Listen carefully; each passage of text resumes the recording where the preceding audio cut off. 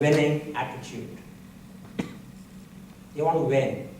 They don't want to come second. They don't want to have a single or a double. They want to hit a grand slam every single time with everything that they do. We've all faced this, right? When you first start your company, you have no idea. It's like a seedling. It's a seed that you put in. You put in water every day, you put in fertilizer, you make sure it has the right sunlight. You don't know where it will go. I know. I started a company. I gave it my blood, sweat, and tears for 3 years. And then I was the last person to shut off the lights after 9/11 happened because we couldn't sustain ourselves. But many times, these companies, they get to the 1 to 5 year mark, right? They get to a point where they grow up. And they may become a maple tree, they may become an oak tree. But there are few companies that continue growing, and they may become the granddaddy of all trees, which is a redwood tree. The redwood tree that grows on the northern coast of California is a very special tree. It can live upwards of 2,000 years. It grows taller than 300 feet. It can withstand most kinds of diseases and fungi. And it can withstand multiple forest fires. It will still be standing and alive after all of that. In our world, the redwoods are companies like Google, IBM, Amazon. Only 5% of the technology companies get to be the redwoods. That's what history shows. And the way they get there is by having that winning attitude, by having a maniacal focus on the users, by understanding that you have to continue working to get to that innovation, by ensuring that they always focus on walking in the user's shoes and getting them what they want. And the final thing is that they always don't rest on their laurels, and they have this ability and this intellectual curiosity to continue learning, to create an organization that continues learning to get them to that point. So let's do one thing before we all leave here today. Right? Take out your favorite device. Take it out, it's okay, I know you all have it. Even you go to college, you still have it, I know. Take it out, don't be shy. Do you need yours in the car? You don't have one, all right. I should have brought some post-it notes.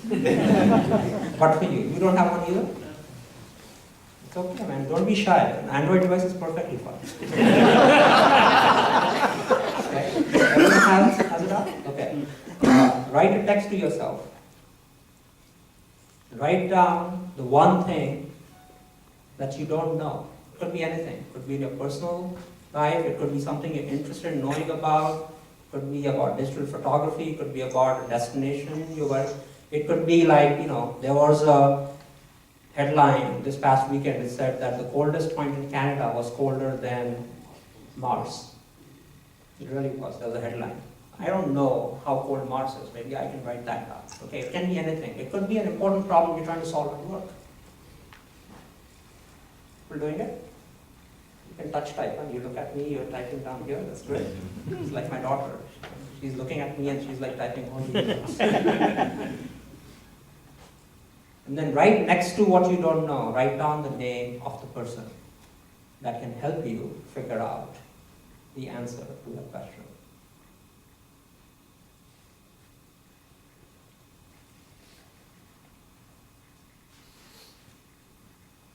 Almost done?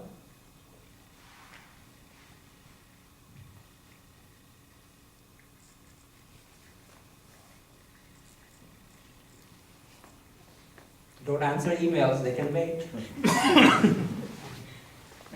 Okay, so looks like we're almost done. So now, if and only if you're willing to do something about the thing you don't know, so you're committing to yourself and to everybody else around you, but most importantly yourself, and you will, tomorrow, if that person is in your neighborhood, in your vicinity, you're going to go up to them, and you're going to ask for their help, then stand up. It's okay if you don't want to stand up and you don't make a commitment, that's okay.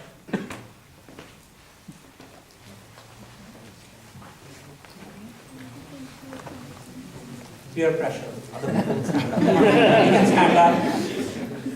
You know the guy who wants to ask me. You don't know yet? Oh, you're still writing. Some people are still writing. That's okay. All right. Please repeat the answer. Repeat the? Repeat what you said. What I said? Okay. So what I said was, write down. Don't sit yet. Don't, come on. Like, really? 30 seconds? Standing is good exercise for you, unless you did a workout for an hour this morning. Okay? Standing is good exercise. You burn more calories. What I asked was the following. Write down the one thing you don't know, but you would like to know, and the name of the person who can help you find that information. That's all. That's all it is. Okay? And if you're willing and making a commitment to yourself that tomorrow or the next available opportunity, you're going to find the answer to that question. With that person, I want you to stand up. I want to make a commitment. Almost there. Sandeep, I need to give him some advice.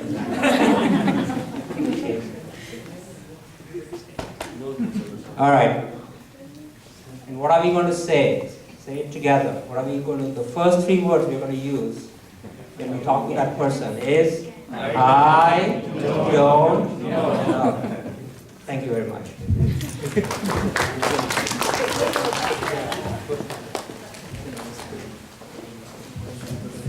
Okay. Time for questions, I think. Thanks, Deep. So, it will be much easier if people who have a question can walk down to the aisle. We have a mic here, and just ask the question, and Deep will be more than happy to answer the question. You'll have to walk to the mic.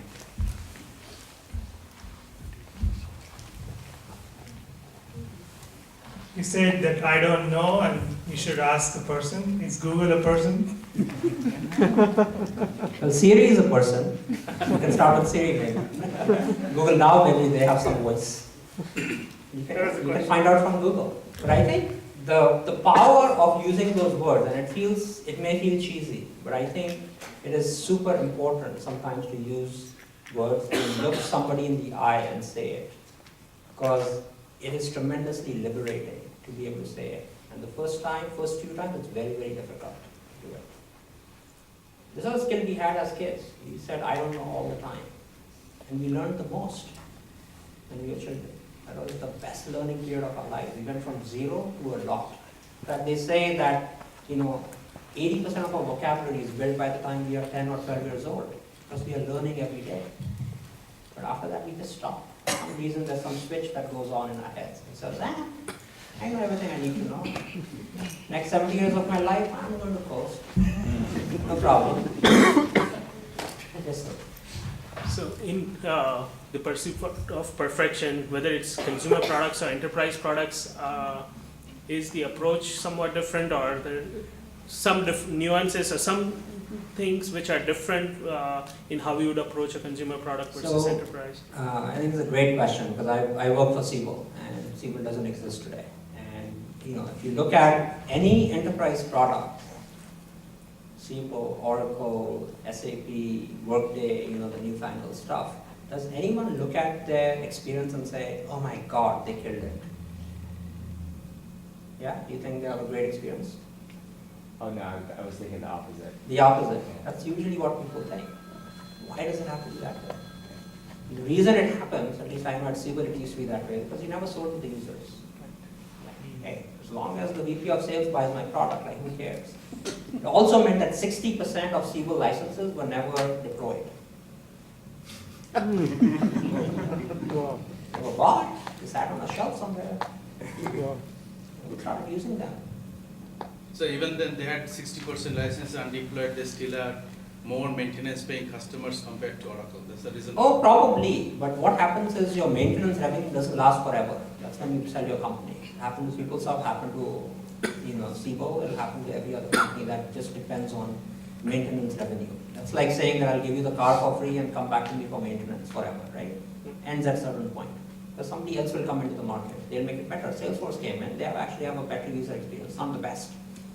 So I believe that you can bring the same ethos and the same design thinking and the same user orientation no matter what you build. Whether you're building a hammer, think of just forget about consumer software, hardware, whatever. Think of just everyday user things that we use in the kitchen. Are you familiar with the brand OXO? Yeah. OXO? Do you love it? Oh yeah. I love it. Like I would pay extra to buy also products. Are you familiar with that? No. Okay. It's like it makes, everyday kitchen thing. How can you make spatulas better? How can you make can openers better? How can you make knives better? Well, they did it. And they did it in a way, they started with accessibility. They decided that the market they would go after were older people who have arthritis in their hands. And so they have difficulty holding like these hard handles that usually come with most kitchen utensils. So they said, we'll create something with a better grip, softer grip, better rubber, and now everybody uses them because it is just generally used, better user experience for everybody. You can do this with anything and everything. And people, by and large, are always willing to pay a little bit extra for that. Because the thing about great user experience is it shows your customers that you care. It doesn't say that I'll take your check, I'll put in my money, and then, heck with you. Everyone wants to be treated with respect. Who here doesn't want to be treated with respect? Would you like it tomorrow if your boss gave you 10% more salary, but they treated you like, not very well? Maybe for a little bit, but you won't last forever. You go find something else at some point. It's the same thing. Customers are the same way. If they think like, you have a monopoly, you don't care, they'll move away. So I don't think, conceptually, I don't think there's any difference. Tactically, there might be a few things here and there. But ultimately, the person with the better user experience will always win. Always. There are no counterexamples to that in the long run. Thanks. Pretty inspiring stuff. One thing that I observed was you moved from the world of physical to the world of virtual. And you definitely seem to be enjoying it. What would it take to bring you back from the world of virtual to the world of physical? So, in some ways you're right, meaning, I moved from building controllers for engines, but remember, I was still writing software then. So I was writing bits and bytes, right, always, the last 23 years of my life, to doing the same thing right now. The way to think about it is, I think the world of physical or virtual or online, they're not different as long as you stay close to your users, right? So the observation number 2, being able to walk in your user's shoes. I always tell all of my engineers, which is, don't own your code, own the user experience that your code represents. It's a hard thing to do if you don't identify with the user. Like very recently, and we really practice what we preach. Recently I took our entire executive team, from the CEO down to our general counsel, and we spent the whole day walking in the user's shoes. How did we do it? In the morning, we looked at the profile, so we were looking after a very specific segment. Then we all went with one researcher each because we needed facilitators to do it. And we went into the homes of the users. These were job seekers. So many of them were at home looking for jobs. Went there, we worked with them for 2 hours as they went about using our product to really understand, and then had them verbalize what they were talking about. It's a bit simulated, but it's really their environment. You see where they live, you see what they think about, you see their anxiety and how their click streams work. People came back with like an amazing newfound respect for what we do, because we impact the lives of millions of people positively on a daily basis. Without LinkedIn, a lot of this work would be extremely hard for people. That's very physical, right? Where do you get the opportunity, not just to make a living, but to work to change lives? That's extremely empowering. And I feel like I touch human beings every day, and that's the physical world for me. That's the other world. Excellent answer. Thanks. So, continuation of your comparison of user experience of LinkedIn experience versus Salesforce. So, in my opinion, the LinkedIn app is simply awesome, and I think it's the best app that I've ever used. Even though I work at Salesforce, even our app is good, but I feel there is something, a slight edge in LinkedIn app. So I wanted to know that what are the main key things that the leadership looks for while designing the user experience or the whole app experience? Yeah. Thank you for the commendation. I think the team does a fantastic job, and we are very blessed with like a great team that works on our mobile and all of our products really. I think one of the things that really made a difference in the LinkedIn mobile app was the team took the following to heart. When they started working on it from scratch, I said, you have no boundaries. In fact, I want you to design LinkedIn for the mobile to be the LinkedIn you always wished you had. That's a big step. And here's why. When you already have a product and you have users and you have customers, your first instinct is you cannot upset them ever. You have to continue giving them that same experience in every other modality that you're creating.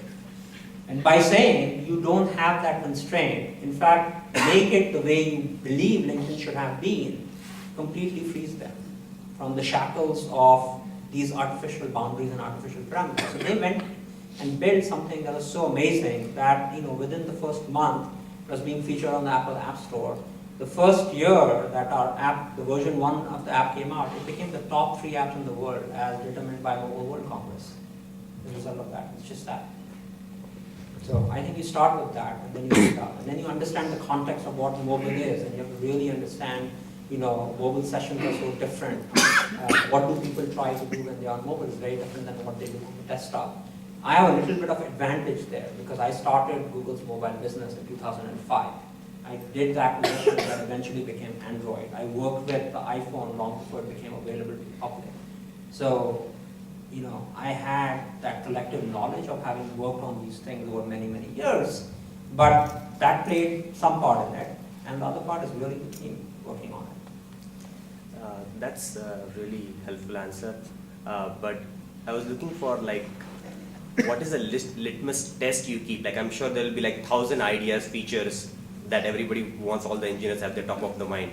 But out of those 1,000 ideas, what kind of questions you ask for litmus test to select only those 4 features that you want to focus on and deliver as a user experience?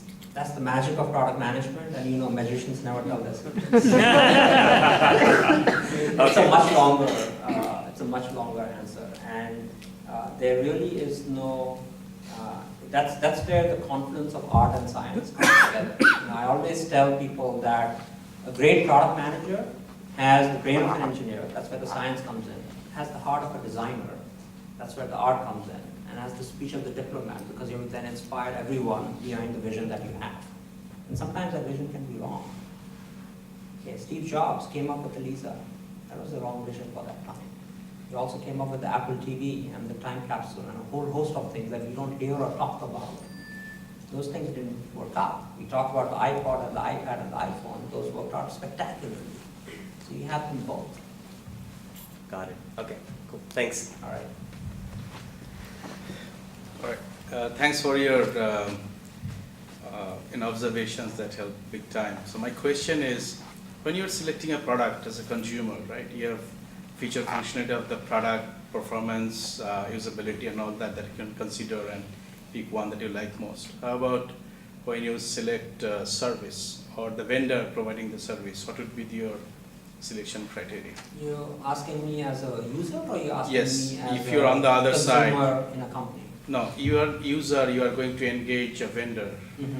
What would be your selection criteria? So I think it can be very personal for a variety of people. If you have infinite time on your hands, you may do a lot of searching and find the person who is cheapest and has the best ratio of inexpensiveness to the quality of the service that they provide. So everyone has some equation. If you have very little time, you want to go with the best possible person who can come in right now and fix that problem for you, right? If it's urgent, or if you have a narrow window, you can only have them come into your house on Saturday mornings. Well, then you got to find the people who work on Saturdays for you. It's a very personal thing. I don't know if that was specifically your question, or what's the question behind your question? Different CIOs or different business managers have different perspective when selecting a vendor. Mostly it goes with relation, sometimes it doesn't. Yeah. For example, Salesforce.com CIO left Cisco, working for Accenture at Cisco, and went to Salesforce.com, and when it came to select a vendor between Accenture and Deloitte, he probably selected Deloitte. Right? So there's relation always doesn't work. So I was thinking from your perspective, what do you think would be the best selection criteria to I'm not a CIO of a company, never held that position. And as Eric Schmidt once famously said, he said CIOs means career is over, so I don't aspire to be a CIO. Apologies to any CIOs in the room. I'm sure Eric did not mean you when he was talking about that. We also call, he used to be the CTO at Sun Microsystems, and he said CTOs are chief talk officers. He could use the same humor for himself. I think it's different. Sometimes it's relationship, because you know that you have a difficult project, which is hard to estimate, and you want to go with somebody who you know will make it work one way or the other. They'll stay within budget, and today if you give them the contract, tomorrow they'll make sure that something works out for you. So in some ways that's a relationship business. Sometimes you have very tight specs and you have budget constraints and you can't go with the most expensive vendor, you go to somebody else. There's a whole host of things. There used to be the saying that we never got fired for using IBM. Because all projects at that time, big ERP projects, this was 20 years ago, generally would go over budget and take a lot longer. And if you used anybody but IBM, people would be like, you're an idiot. Why would you use anybody but IBM? You're fired. You made the wrong decision. The only way you would not get fired is you use IBM. You're like, look, they're the best in the business, everybody uses them, and even they were delayed. So it must be that our project was, it was very difficult. We understood something else at the time. It's called protecting your job. CIO It's a job protection program. It was IBM. All right, thank you. Yeah, Deep, just one thing. Yeah. So we've got quite a few people, so if you can restrict your question to one, that would be really good, because we've got about 4 or 5 people. Thank you. I only have one question, but your answer can be multiple parts. Ask me an easy question rather than a short. I don't know, you can decide as easy or difficult. Well, actually, it's about difficulty. What has been your most difficult decision so far? And what insights did you get from that? So the most difficult decision was deciding that I did not want to continue down the path of running my company. My investors were ready to give me additional funding, and I decided to shut down the company after 9/11. And I think anyone here in the room, I know there are several founders of companies here, it's like your child. It's your, I have 2 children, that was my 3rd child. And it's very difficult to give up your 3rd child, especially when there are others willing to support it. And I had to make the call to say, 9/11 just happened, some of our largest customers were like, we have no idea what's going to happen in the world. Should I be holding on to this dream of mine, or should I be letting people lose? And also giving, the capital back to the investors when they had it. And I struggled through that a lot. And at that time, I spent a bunch of time talking, he's no longer in this world. Rajiv Motwani was one of my mentors and my earliest investors in the company. I spent a lot of time talking to him about it, talking through that. I'll never know whether it was the right decision or the wrong decision, because you cannot A/B test these things, unfortunately, in life. I did end up at Google a year and a half later, so from that perspective, I learned something new in a very different business, and that would not have happened had I continued working on my own company. But I would have had a different kind of success with the company had it continued on. Hi, I'm Upendra. Actually, I have 3 questions, but I'll restrict to 1 question, as Sunil said. So basically, I wanted to get your opinion or view on what are the industries you think are yet to be disrupted, and we are not scratched the surface, and primarily, is there any advice for the aspiring entrepreneurs? These are the area I think we are not given enough thought, and you think maybe those are the companies 20 years from now will become $1 billion companies. Yeah. So, it's, as Sunil said, I do some investing, but I also espouse the Warren Buffett style of investing, because I only invest in things I fully understand. So I'll give you 3 categories that I think are being disrupted as we speak or are ripe for disruption. 2 out of the 3 I know very little about, so take it for what it's worth. Sure. Invest at your own cost, and please do not write to me later saying it did not work. If it worked, take me out to dinner, or better yet, make a big donation to JCNC. The first one, where I do a bunch of investing, is the enterprise stack. Okay, enterprises go through, and I have a slightly unique perspective, because I spent the first 10 to 12 years of my life building enterprise software, and the last 11 doing consumer software. So I can see sort of what happens. And enterprises right now are going through, they have a 10 to 15 year cycle where the entire stack gets changed, the entire technology is different. So What happened with cloud is you don't have to have on-premise stuff anymore, but that was the first thing, and Salesforce has really taken a lot of advantage of that, as have Workday and NetSuite and Sugar CRM and a few other players. But now as you go up that stack, like, that's the application layer, go below, go below, go below, go below, and a lot of things are changing. Hadoop's changing the way, AWS is changing the way people do databases, and people do, big data solutions. So I have a couple of investments in that space. You go to tools that people have to use to apply that. Then you go even below that to storage and so on. So like I'm invested in a company called Nutanix, which is, effectively changing the way virtual storage is happening. So that whole stack, I think, is ripe for disruption. And I'm seeing lots of very interesting plays in that space. That's one. The second one is healthcare. I think healthcare, and not because Obamacare is here or something, we've all suddenly become very aware of quantified self and want to become better people, and some people here didn't understand for 30 seconds, that's different. It's because a lot of technologies are coming on board that enable us to better monitor who we are. The wearable technologies are going to make a big difference in the healthcare space. Proximity, our devices that we are carrying, even if you don't want to use, this is a wearable technology, we keep with it at all times. It has location, it has proximity, you can take pictures with it.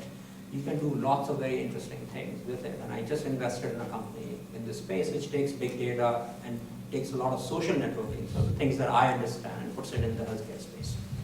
The final area is clean tech. And clean tech has had hundreds of millions of dollars sunk into it. So it's not, it's not for the faint of heart. But having said that, this world will not have the traditional sources of energy 50 to 100 years from now. So simple math would dictate that something disruptive has to be invented along the way. And the key question is who's going to do it. The third category, typically when it requires so much capital investment, usually governments will do something about it. Okay? And then you have the big name VC firms like a Khosla or Kleiner Perkins who will do something about it. But those models don't really work well for individual investors. You have it. Investing advice from a non-investor or an amateur investor. So all these three categories. First question. I just want to be mindful of some of No those. problem. Maybe I'll send you email then. Thanks. All right. So the redwood tree that you were using as a metaphor is built upon a strong foundation, the roots, right? And to translate that metaphor, we're talking about organizations and products that are built by people. Mm-hmm. And often finding the right kind of talent from an entrepreneur or founder standpoint, and certainly finding the right kind of people who share the kind of 4 or 5 sort of tips, ideals that you described. It's not easy to find, and it's certainly not easy to sustain. Yes. So I'd like you to touch upon what your role is in terms, not what your role is, but how do you approach hiring people, working with people, because I know that's a huge part of your responsibility. I think you touched upon an excellent point, which is the roots and the foundations of, the metaphor, redwood tree and organization is the culture that you create. And the culture is nothing but what is espoused by each and every individual who works in that company. So I have a rule of thumb. It's empirical. It's not, it's not based on any magic formula. But I think the first 50 people in a company make or break your company in terms of whether it is going to sustain and survive for the long term, or it's going to become a quick hit and go away. And it pays inordinate amounts of dividends, and it is the hardest thing a founder can do. When you have this idea, you have this burning desire, you just need the people to get it out there. And so you want to go find these people, and you're like, yeah, that person doesn't fit well with 5 other people, but you know what? Like, but that person's like a great engineer, or a great designer, or a great data scientist, or a great salesperson. We just need to bring them on board, and they bring it. We'll see what happens. It's like the worst decision you make, because you end up then firing them. They create massive dissonance, and I know this because I work with very early stage startups, and one of the biggest challenges, I had the same issue with my startup too. I didn't know any better. And spending time on who you hire is the most important thing a founder can do. That's not what they think they should be doing. Even today, I'm not the founder of our company, and and the company is 10.5 years old. We have almost 5,000 people. I spend 30% of my time, 30% of my time, figuring out who we should be hiring, not just in my department, but across the company. And it's not for OpenRecs alone. I build a pipeline of people. I'm talking to interesting people all the time. Like one of my favorite LinkedIn activities on a Friday evening after the latest